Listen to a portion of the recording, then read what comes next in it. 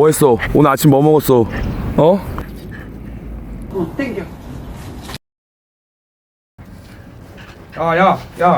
팀 엉덩이 똥 묻어있어. 오전 6시 20분쯤에 기상을 합니다. 여러 번의 사업 실패로 부대 비용 포함 약 5천만 원가량은 날렸습니다. 사실 어디 가서 뭐 사업이라고 말하기 쪽팔린 수준의 뭐 그런 프로젝트를 했던 거죠. 뭐 20대 때 노점상, 국수집 등등 뭐 되도 안 되는 짓거리를 많이 했어요, 제가. 다 망하고 남은 건 뭐 빚과 카드 리볼빙 뿐이었고, 뭐 그렇게 저는 30대 무수패게 경력 없는 고졸이 된 거죠. 전 외아들도 아니고 뭐 제 아버지는 평생 건설 현장에서 근로자로 일을 하셨기 때문에 뭐 집에 경제적 여유가 있어서 망해도 어떻게든 되겠지 뭐 이런 플랜 B가 있는 상황이 아니에요. 그냥 와 진짜 좆됐구나 뭐 싶은 뭐 그런 상황이었어요. 당시에 재정적으로 얼마나 궁지에 몰렸냐면 뭐 신용등급이 하위 2%까지 떨어지고 태어나서 처음으로 핸드폰이랑 뭐 인터넷비 낼 여유가 없어서 끊겼었어요. 진짜 아이러니한 게 핸드폰 인터넷 끊긴 게 결과론적으로 봤을 때 제가 무언가에 집중할 수 있는 최고의 환경을 가져다 줬다는 거예요. 그러니까 전화위복이란 말이 이 세상에 존재하지 않았다면 제가 아마 만들지 않았을까라는 생각이 들 정도입니다. 무튼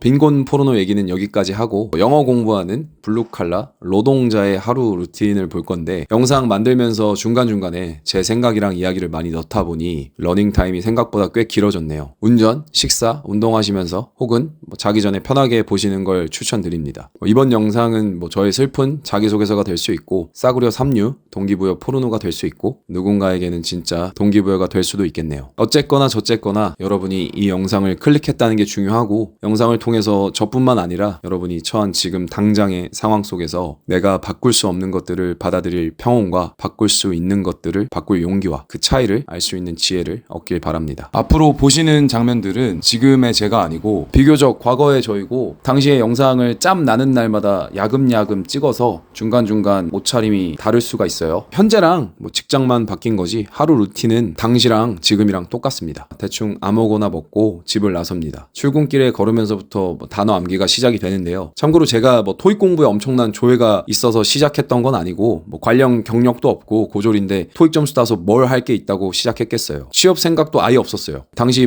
게임으로 도피도 해보고 술로도 도피해보고 했는데 더 이상 말초신경만 자극하는 이 두 개가 저한테 도파민을 못 주더라고요. 하루는 집에서 하루 종일 뭐 하지 하다가 진짜 존나 뜬금없이 토익 한번 해볼까? 이런 호기심에 단어 몇 개 외우면서 가볍게 시작을 했어요. 근데 뭔가 모르게 내가 똑똑해지는 것 같고 미래에 좋은 일이 생길 것 같은 느낌적인 느낌이 들더라고요. 근데 그 좋은 일이 뭔지는 모르겠고 가시화도 안 돼요. 그러니까 마치 콜럼버스 같은 거죠. C8 모르겠고 일단 닥치고 서쪽으로 가자. 뭔가 있을 것 같다라는 직감. 즉 게임 같은 소비형 도파민 보상에서 인풋 중심의 생산형 도파민 보상으로 방향타를 튼 거죠. 갑자기 그게 말이 되냐 이 새끼야 이런 생각 들 수 있어요. 첫 영상 댓글 중에 제가 토익 강사인데 그걸 숨기고 영상을 찍은 거다라는 굉장히 재밌고 창의적인 댓글이 있었어요. 이해합니다. 한 사람이 어떤 인생을 살아왔고 어떤 레거시를 만들어 왔는지 영상 한 개로 판단하기 쉽지 않아요. 근데 만약 여러분이 저처럼 신용등급 개박살나고 개인회생을 알아보고 인터넷 핸드폰 끊기는 지경에서 한 3일만 5평 남짓 옥탑방에 혼자 있어보면 제가 갑자기 토익을 왜 했는지 이해하실 거예요. 토익뿐만이겠어요? 대통령 된다고 설레발 쳤어도 여러분은 저를 보고 저 새끼가 돌았나? 가 아니고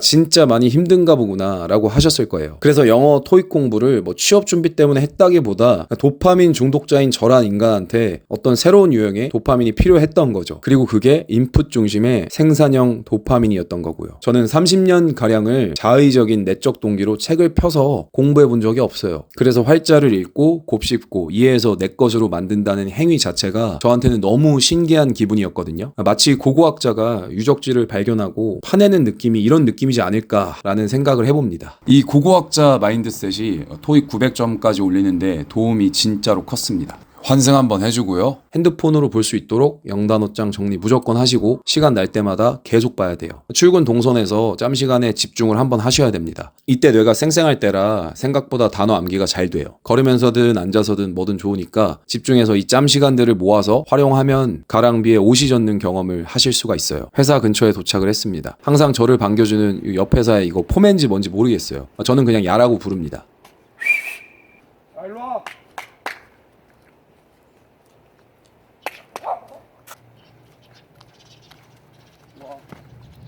뭐 했어? 오늘 아침 뭐 먹었어?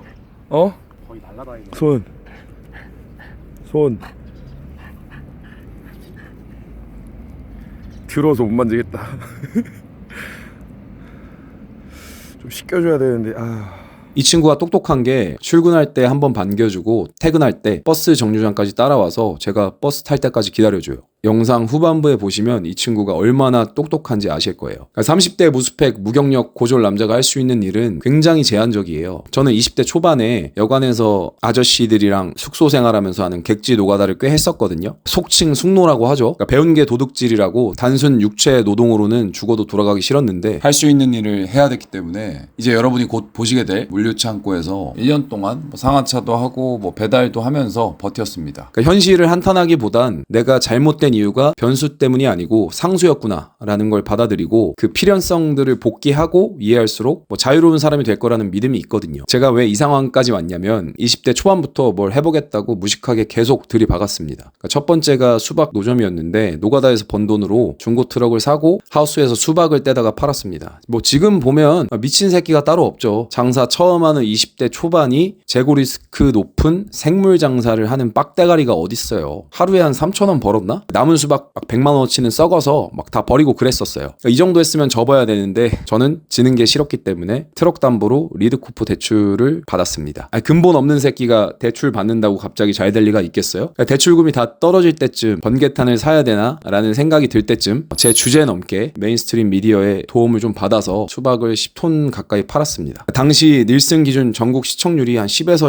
11% 나왔거든요. 그래서 가능했던 거고 절대로 제 실력이 아니에요. 당시 시청자분들이 불쌍해서 사준 거예요. 불쌍해서. 근데 그 비기너스 럭이 저한테 반관계로 작용을 한 거죠. 수박을 이제 10톤가량 판 게 제 실력인 줄 알았던 거예요. 그러니까 당시에 저는 재수없는 병신이었거든요. 너 지금도 병신이야. 네? 뭐라고요? 지금도 그렇다고요? 알겠습니다. 농담이고 여러분 내가 어떤 것을 몰라서 위험해지는 게 아니라 아는데 그게 페이크일 때가 가장 위험하거든요. 이후에 앱도 만들고 국수집도 했는데 전부 망하고 마지막에 이제 구로 디지털 단지에 있는 회사한테 700만 원가량 사기당했습니다. 그리고 그게 제가 가진 마지막 현금이었습니다. 그러니까 막타를 칠 거면 평타로 치든가. 그러니까 막타를 궁극기로 갈기더라고요. 저는 투르먼 쇼 찍는 줄 알았어요. 그러니까 감독이 등장해서 컷 다음 씬 찍을게요 라는 장면을 수도 없이 상상했었습니다. 여러분이 좆됐다 라는 상황에서 좌절감을 느끼잖아요. 그건 진짜 좆된 게 아니에요. 진짜 좆된 상황이잖아요. 그 좌절이란 감정을 느낄 틈도 없이 현실 부정이 먼저입니다. 제가 트루먼 쇼의 주인공이다 라고 뇌내 망상질을 한 것처럼요. 그러니까 이 과정 속에서 얻은 가장 큰 수확은 제 고통의 역치가 매우 높아졌다는 거예요. 그러니까 고통의 역치가 낮은 사람일수록 별거 아닌 일에 괴로울 수가 있거든요. 저는 풍요로운 세대가 열등한 개체를 낳는다는 말을 믿어요. 오전 9시 일을 시작합니다. 여기는 이제 조소 중에 조소이기 때문에 회사 개들 똥도 치워주고 쥐도 잡아요. 여기 쓰레기장 쓰레기 위에 쥐똥이 너무 많아서 이렇게 쓰레기 정리하고 나면 그날 밤에 발열 증상이 생기더라고요. 지금 이 시절의 기억은 죽을 때까지 계속 회고하면서 저의 오만 경솔함이 올라왔을 때 크립토나이트로 쓰이지 않을까 합니다. 짬나는 시간에는 항상 단어를 외워줍니다. 저번 영상에서도 언급했듯이 핸드폰 SNS 알람을 끄고 짬날 때 폰으로 단어를 외워보세요. 이것만한 효율성이 없습니다. 저는 이곳 물류창고 일을 하면서 끝나고 공부랑 운동만 했고 사람들은 아예 안 만났어요. 뇌의 소프트웨어 버전을 계속 업그레이드 시켰습니다. 제 진짜 자아가 이때 좀 빡세게 형성이 된 것 같아요. 이제 점심시간이에요. 야, 우리 회사는 먹고 싶은 건 다 사줘 라는 조소부심을 부리면서 양껏 점심을 먹습니다. 다시 남는 시간에 단어를 외워요. 점심시간도 끝났으니까 걔들 밥 주러 갑니다. 막간에 제 인생 책 중 하나를 소개하자면 그 라이언 홀리데이의 돌파력이라는 책이고 여기에 나오는 내용인데 심각한 위기를 낭비해서는 안 된다. 위기는 평소에 하지 못했던 일을 할 수 있는 기회를 제공한다. 여러분도 끝이라고 생각될 때 평소 미뤄두고 하지 못했던 일을 오늘 해보세요. 오늘에 충실하셔야 됩니다. 결국에는 지금 하루하루가 나의 과거 미래랑 연결되어 있는 연결점이기 때문에 오늘 할 수 있는 걸 해야 미래가 조금이라도 바뀌거든요. 하루하루 지속하면서 전진하다가 돌아보면 그때 그 순간이 끝이 아니고 시작이었다는 걸 깨달았던 경험이 제가 굉장히 많았었거든요. 이걸 여러분도 아셨으면 좋겠어요. 쓰레기차로 쓰레기장 정리도 하고요. 2차 까대기, 다시 오후 일과를 시작합니다. 오후에 있는 까대기가 끝나고 5시에 퇴근을 합니다. 혹시 퇴근길에 저처럼 염소를 볼 수 있는 회사 다니는 분 계신가요? 퇴근길에 염소를 볼 수 있는 회사를 다닌다면 그 회사는 고티예요. 언제나 그랬듯 얘가 저를 마중 나옵니다. 일로 와. 저랑 같이 다니면서 이렇게 좀 시정잡배 노릇을 가끔씩 합니다. 일로 와. 일로 와. 야, 일로 와. 왜 그래? 가면 돼. 그 버스 정류장에 따라와서 버스 탈 때까지 이제 기다려줍니다. 야, 어우. 씨, 엉덩이 똥 묻어 있어, 이 새끼. 저거 타야 되냐, 우리 이거? 다시 퇴근길에 영단어를 외워줍니다. 단어뿐만 아니라 핸드폰으로 사진 찍어놓은 문법 개념이나 문제 같은 것도 충분히 핸드폰으로 다 공부할 수 있으니까 폭넓게 활용을 꼭 한번 해보세요. 이 얘기를 제가 몇 번을 하는지 모르겠는데 그만큼 이거를 체화시키는 게 중요해요. 우리는 생업을 병행해야 되잖아요. 집에 도착을 했어요. 잠깐 눕는데 이때가 가장 고비인 거 다들 아실 거예요. 여기서 잠들면 그날 하루 날리는 겁니다. 혹시 여러분은 소원을 한 가지만 빈다면 어떤 소원을 비세요 보통? 저는 이때부터 딱 한 가지 소원만 비는 버릇이 생겼거든요. 그러니까 돈 많이 벌게 해주세요. 뭐 좋은 직장 갖게 해주세요. 뭐 예쁜 여자 만나게 해주세요. 같은 뭐 유물론보다는 관념론으로 바뀌었어요. 그래서 지치지 않게 해달라고 뭐 소원을 빈다기보다 그냥 암송을 하는 편입니다. 지금 이 격변의 시련을 돌파할 수 있도록. 뭐 지금도 어디 가서 뭐 동전 던지고 소원 빌 일이 있으면 존나 낯간지럽긴 한데 그냥 지치지 않게 해주세요. 그러니까 이 암송 원툴로 합니다. 여러분도 이 암송 원툴로 한번 해보세요. 이거 진짜 무적의 암송이거든요. 그러니까 지치지만 않으면 시차가 있을 뿐 오차 없이 무엇이든 할 수 있을 거라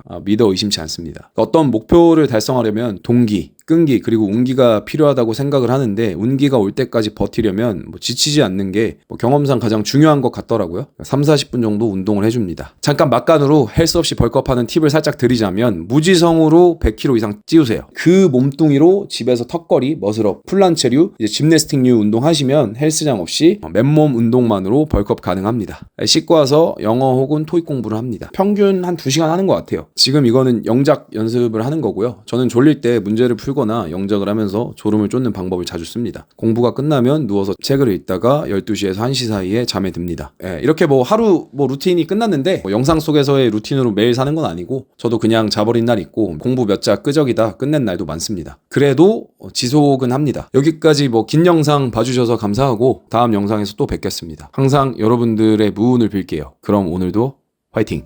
여러분 스펙이 낮고 가진 게 없을수록 이제 리소스가 0에 수렴하기 때문에 무언가를 도전할 때 내가 된다고 하면 되는 거고 안 된다고 하면 안 되는 게 세상사거든요. 이성적 패배주의자보다 나르시스트, 소시오패스, 사이코패스가 되세요. 내가 정답이고 이 세상이 틀렸다라고 생각 안 하면 죽기 전까지 이제 블랙스완을 볼 수가 없어요. 마침 대한민국이 적화된 지가 꽤 됐잖아요. 그러니까 표현의 자유가 천안문 당했는데 생각의 자유라도 있어야죠. 그냥 소시오, 사이코, 나르시스트로 사세요. 잠깐 여기서 오해하시면 안 되는 게 겉으로 티내란 뜻이 아닙니다. 말 많이 하지 마시고 속으로만 그렇게 생각하시면 됩니다. 사회생활은 하셔야죠. 현재 뭐 저의 신용등급은 원상복구 된 지 꽤 됐고 빚은 아직도 갚고 있어요. 조만간 빚은 다 청산할 것 같습니다. 제가 저 당시 상황을 어떻게 돌파했냐면 친구도 아니고 학연 지원도 없고 피 한 방울 안 섞인 사람들이 저를 도와줬거든요. 진짜 갑툭튀 개소리로 들릴 수 있는데 여러분 끌어당김의 법칙은 실제합니다. 작동해요. 끌어당김의 법칙은 없다라고 말하는 사람이 있다면 이미 없다고 말한 게 끌어당겨져서 아무 일도 일어나지 않는 거예요. 마치 자신이 통찰력이 없음을 통찰한 게 통찰력이 있는 것처럼요. 원피스라는 애니메이션 아시죠? 원피스는 존재하고 실합니다. 제가 나중에 기회가 되면 시청자분들의 수요가 있다면 직장설이나 뭐 고졸이 직장 구하는 법에 대해서 한번 다뤄보도록 할게요. 영상 주제에 맞게 컨텐츠를 만들어야 되기 때문에 이번 영상에서 저에 대한 모든 얘기를 담을 수가 없습니다.